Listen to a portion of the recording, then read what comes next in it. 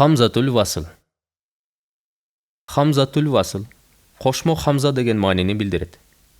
Бул белги эки сөздүн бири-бирине кошуп окулушуна себеп болот. Сөздөрдүн бири-бирине кошулуусунда сөздүн башында же аягында 1, 2, 3 же 4 тамгага чейин окулбай калат.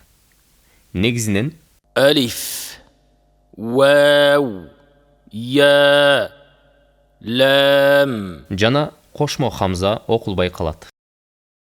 Мисалы: والفجر بالوادي بالصبر بالحق ما الحطمة في الصدور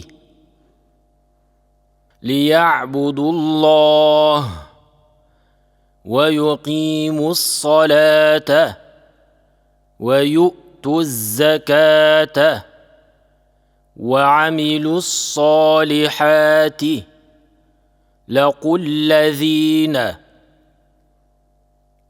اهدنا الصراط المستقيم وهذا البلد الأمين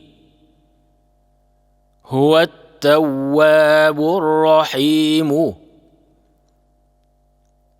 ذو الفضل العظيم أنت العزيز الحكيم